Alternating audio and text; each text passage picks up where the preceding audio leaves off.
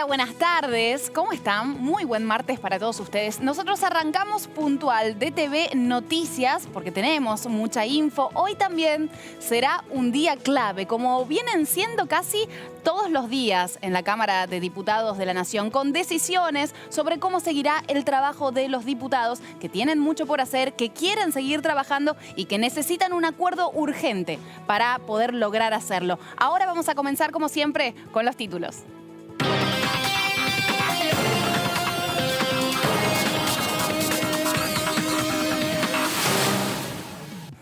El presidente de la Cámara de Diputados, Sergio Massa, convocó al diálogo a todos los bloques del Congreso. Se reunirán esta tarde a las 7 para acordar el funcionamiento del cuerpo durante los próximos 2 meses. Aumento de las jubilaciones. El diputado Marcelo Casareto adelantó que la nueva fórmula de movilidad jubilatoria, que comenzará a aplicarse a partir del año próximo, se basaría en una combinación entre los índices de evolución salarial, la inflación y la recaudación.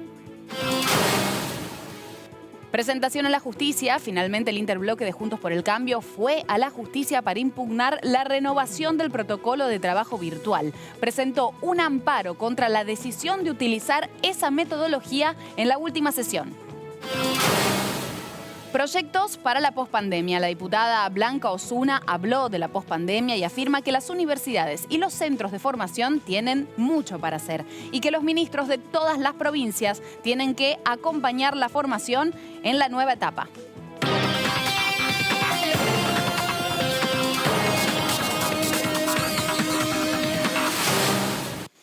Vamos a pasar en limpio toda la información que necesitan saber desde casa para comprender lo que está pasando en la Cámara de Diputados. Después de la semana pasada, en donde nosotros transmitimos lo que sucedió en una sesión en la que no participó Juntos por el Cambio porque no estaba de acuerdo con seguir sesionando de manera telemática, hoy finalmente a las 7 de la tarde el presidente de la Cámara Baja, Sergio Massa, decidió convocar a todos los jefes de bloques nuevamente para acordar cómo sesionará la Cámara en los próximos 60 días. Nosotros estuvimos conversando con muchos diputados, hemos escuchado las propias palabras de Sergio Massa, que la gran mayoría de ellos prefiere seguir haciéndolo de manera telemática. Sin embargo, la principal fuerza opositora, Juntos por el Cambio, no está de acuerdo con esta situación. Creen que tiene que haber un principio de presencialidad. Se basan en que el protocolo para sesionar de manera telemática venció los primeros días de agosto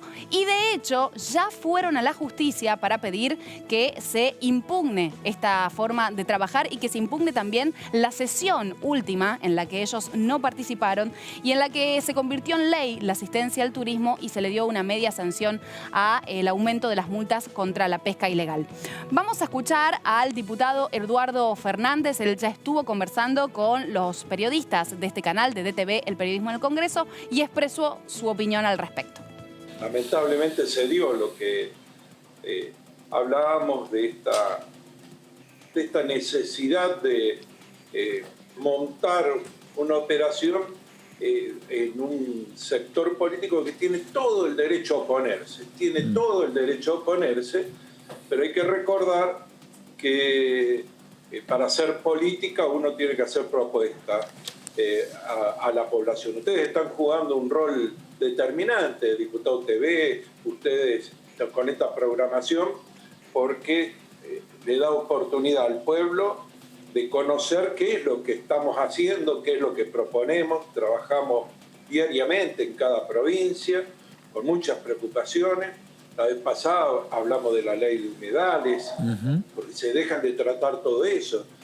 Se ha olvidado el diputado Lamadrid que está una ley esencial, que es la de sostenibilidad de los activos del Fondo de Garantía de Sustentabilidad del sistema jubilatorio, que en el anterior gobierno irresponsablemente, como venimos arreglando todo, dio préstamos a las provincias que las provincias hoy no pueden volver a pagar. Hay una cantidad de inconsistencias que viene esta ley a poner una solución, una alternativa a esto, que es lo que nosotros tenemos que hacer.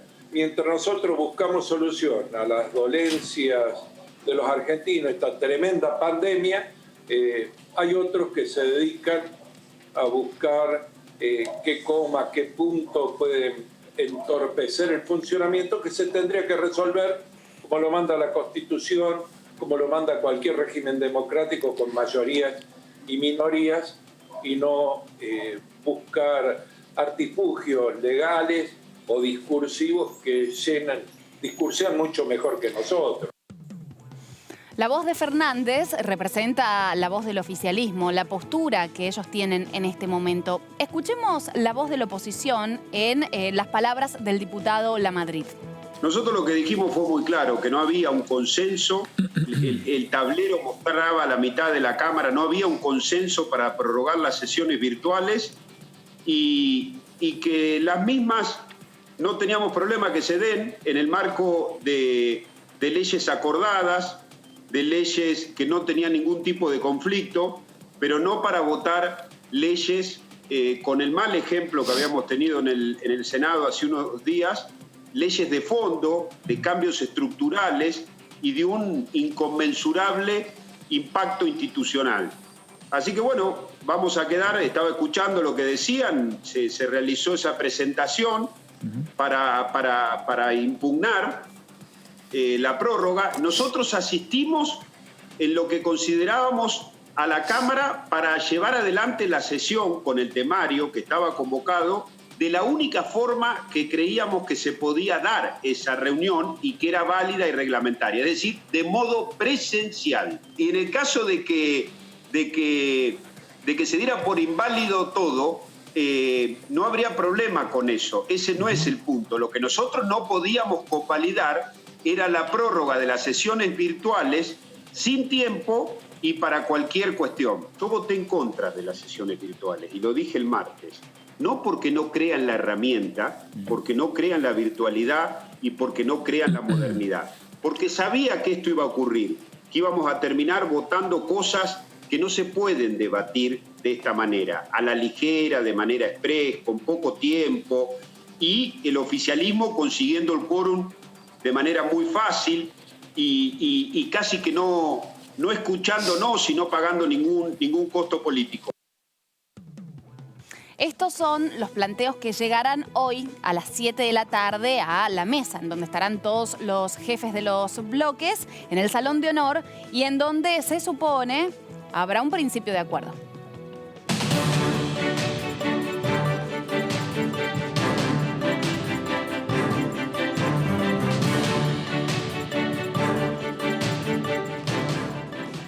Laura Serra, compañera de la casa, ya está con nosotros para adelantarnos y para poder profundizar qué es lo que sucederá hoy a las 7 de la tarde en esta reunión de labor parlamentaria que será, creemos, definitoria. Laura, hola, buen mediodía, ¿cómo estás? Hola, ¿cómo estás? ¿Todo bien? Bien, bien. Contanos qué sabés de lo que va a pasar, si es que algo se puede saber, cómo llegan las posiciones, si hay alguna intención realmente de llegar a un acuerdo, Lau, o cada uno está firme en su postura, cada uno de los bloques. Bueno, es la gran pregunta que me estás formulando porque esperemos que la segunda sea la vencida realmente después del bochorno que protagonizaron los legisladores la semana pasada en una reunión larguísima de labor parlamentaria, una sesión que no llegó a buen puerto, y con esto que estabas comentando hace un ratito, ¿no? La judicialización de una sesión, como así también de un esquema de trabajo que habrá que ver si finalmente se llega a buen puerto en las negociaciones de hoy. Los legisladores, en realidad, te puedo decir de Juntos por el Cambio, que es por donde estuve rumbeando hoy, están viniendo Mario Negri de Córdoba para participar presencialmente de la reunión. Él me decía que no hay margen para un nuevo fracaso, que hay que agotar todas las instancias de negociación. Digamos, a ver, lo que sucedió el martes pasado abochornó a todos los legisladores. Todos los bloques terminaron salpicados por no haber llegado a un acuerdo sobre cómo sesionar. Me da la impresión de que no se pueden dar el lujo de fracasar otra vez y de quedar expuestos justamente ante la sociedad que ya está agobiada por muchísimos problemas, exponer justamente estas disidencias, estos conflictos, ¿no? Así que me da la impresión de que esta segunda va a ser la vencida. No creo que tengan margen para un nuevo fracaso. Ahora, Lau, ¿vos crees que Juntos por el Cambio está dispuesto a volver a sesionar de manera telemática o realmente están muy firmes en que para discutir temas centrales que sabemos que se vienen en la agenda parlamentaria, como el de reforma judicial o el de la movilidad jubilatoria, se necesita la presencialidad? Se los ve muy plantados, ¿no?, en esa postura. Es que me da la impresión de que acá no hay que plantear el problema en términos binarios o dicotómicos. Acá no es presencialidad sí o virtualidad sí.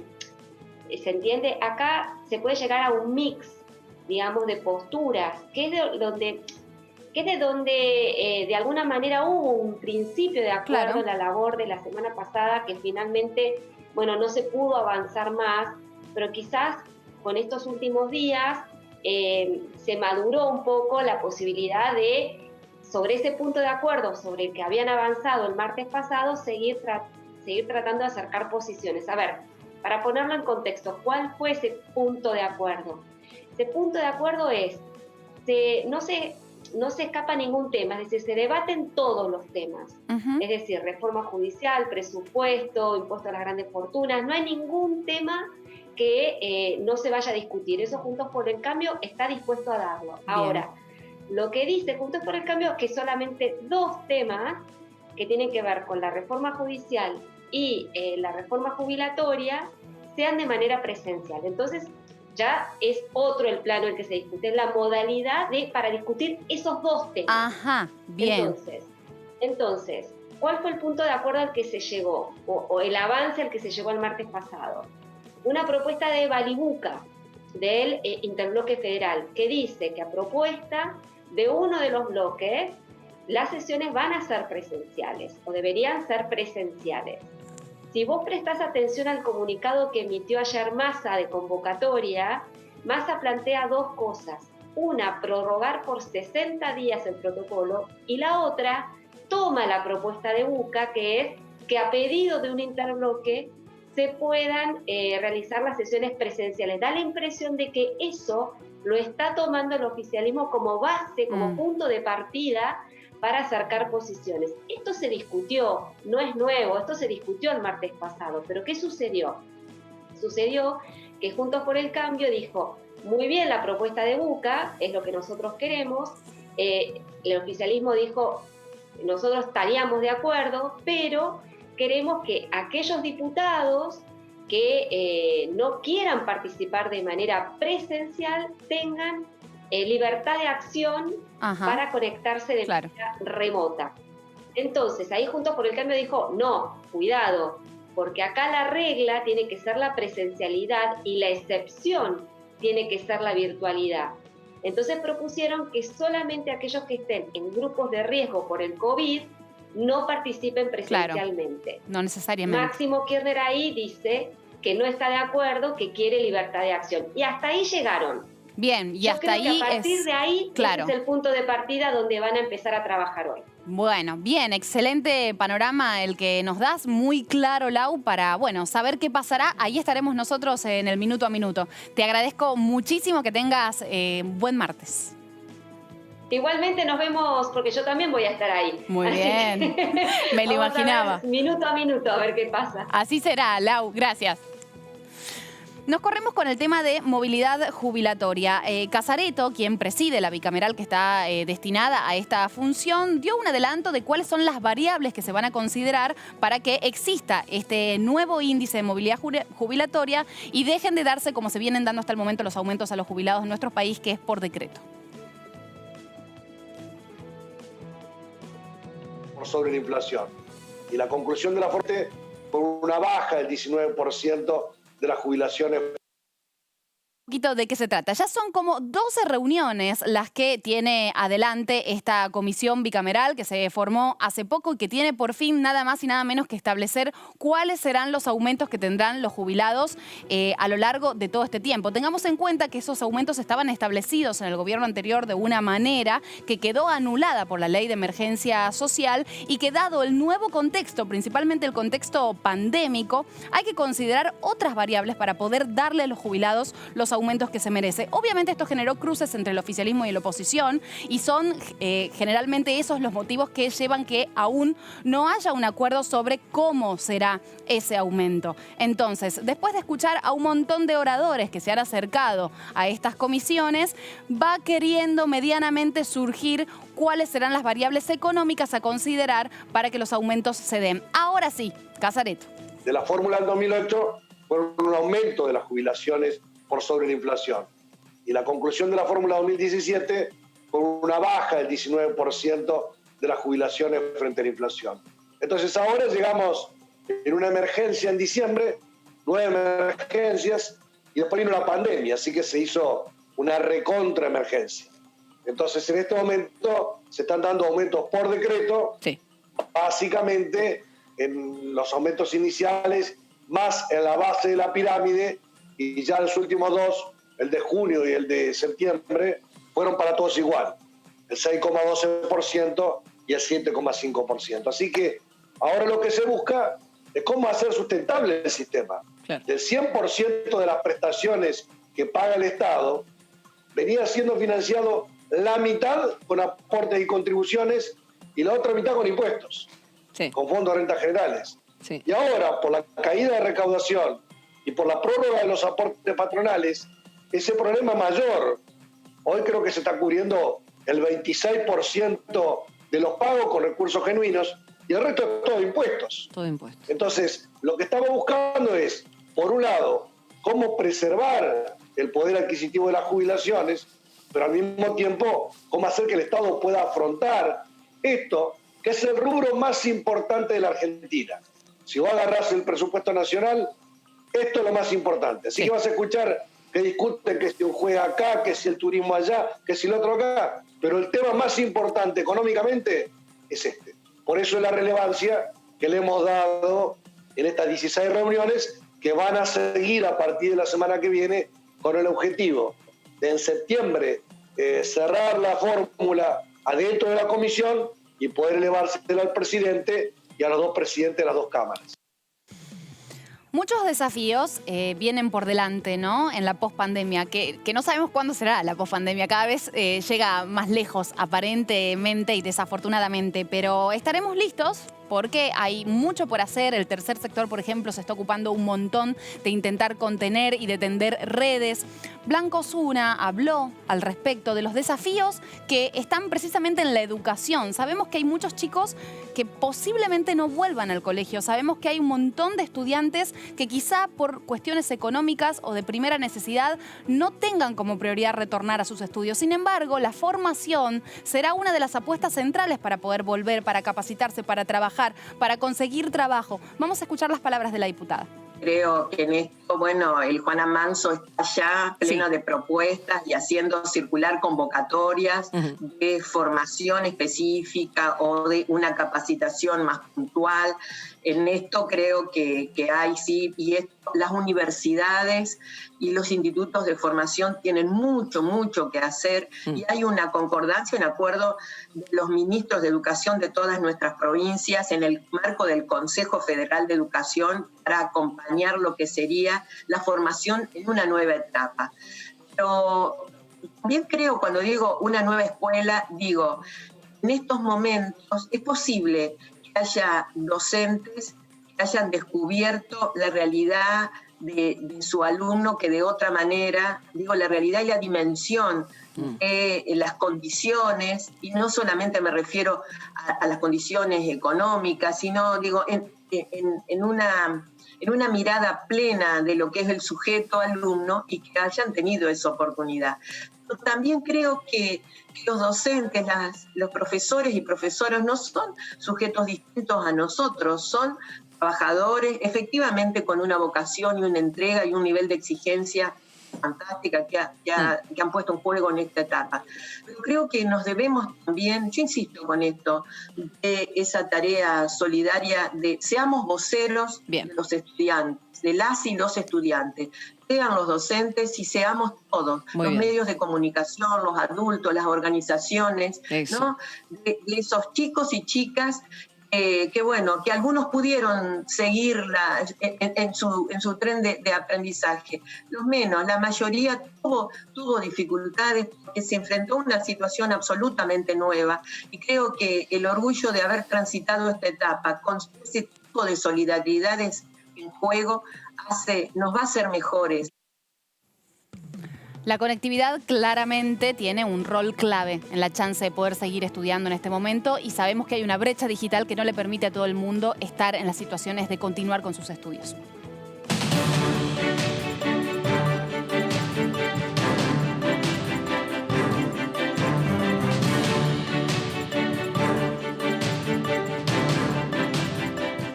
Vemos con el tema del día, que es la reunión a las 7 de la tarde de labor parlamentaria, en donde creemos, asumimos, deseamos que haya un acuerdo para que el Congreso pueda seguir funcionando. Mariano Espesapria ya está con nosotros. Hola Marian, ¿cómo andás? Buen mediodía. Quiero preguntarte, a ver si tenés la info de un poco de la previa de esta reunión, ¿no? Si hubo reuniones, claramente, llamados telefónicos, bajadas de líneas, si hay internas entre los interbloques llegando a esta mesa en el Salón de Honor hoy. ¿Cómo estás? Buenas tardes. Espero no haberte complicado con tantas preguntas. ¿Cómo te va, Magali? Sí, arrancamos con un montón de preguntas. Mira, sí hay internas dentro de los propios intrabloques, ¿no? Los dos principales, el Frente de Todos, el oficialista, y Juntos por el Cambio, la oposición. Pero yo te diría que desde que pasó esa sesión, que fue un resultado de suma cero, es decir, una derrota y una mala imagen para la Cámara de Diputados en general, me da la impresión de que ambos bloques fueron madurando posiciones, ¿no? Vos ayer tuvieron en Juntos por el Cambio una reunión por Zoom de las autoridades partidarias, de la cual participaron también los jefes de los interbloques en el Congreso. Ahí llegaron a la conclusión de que había que bajar un poco la espuma de lo que había pasado, porque bueno, no era tampoco bueno para la oposición lo que había sucedido en la Cámara de Diputados, y también con una lógica de que si la tensión política continúa, bueno, el oficialismo se va a radicalizar y eso no es un beneficio para los sectores más moderados del oficialismo, que son los que dialogan justamente con la oposición, ¿no? Claro. Un escenario posible, el diálogo es la Cámara de Diputados, Magalí, por lo cual ahí tenés una maduración de la oposición respecto de lo que pasó. Sin embargo, Mariam, del lado de los... Perdón, te interrumpo. Vos decís recién que quieren bajar un poco la espuma, ¿no? De todo el escándalo que sucedió la semana pasada desde la oposición. Sin embargo, llegaron a la justicia hace poco, ¿no? En eso no cambiaron su decisión de impugnar la modalidad de sesionar. Esas son posiciones de fuerza, Magalí. Vos acordate que después de la sesión anunciaron que iban a recurrir a la justicia, presentaron la demanda en el fuero contencioso administrativo para impugnar la última sesión. Eso quedó ahora en manos de la justicia. Mi parecer personal es que difícilmente un poder del Estado se vaya a meter en las funciones de otro poder del Estado. Los jueces suelen decir, bueno, a los dirigentes políticos y a otros poderes arreglen sus problemas.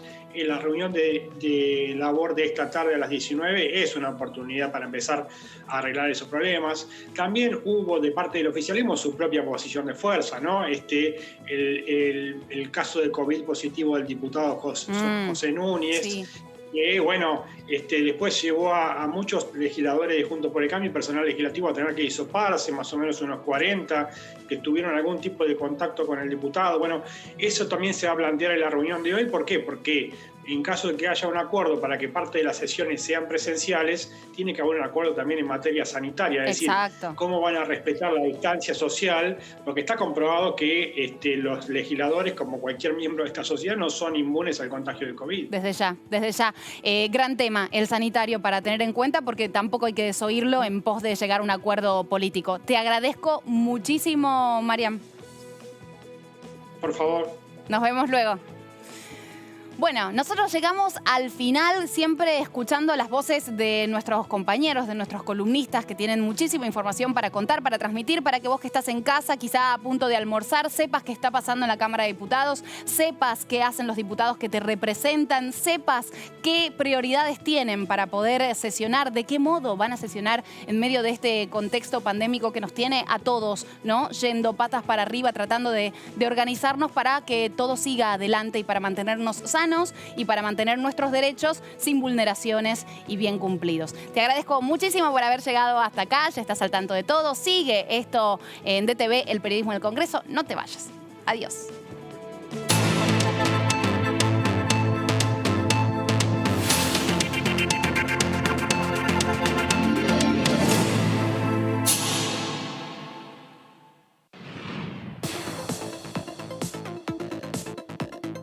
La voz de los diputados.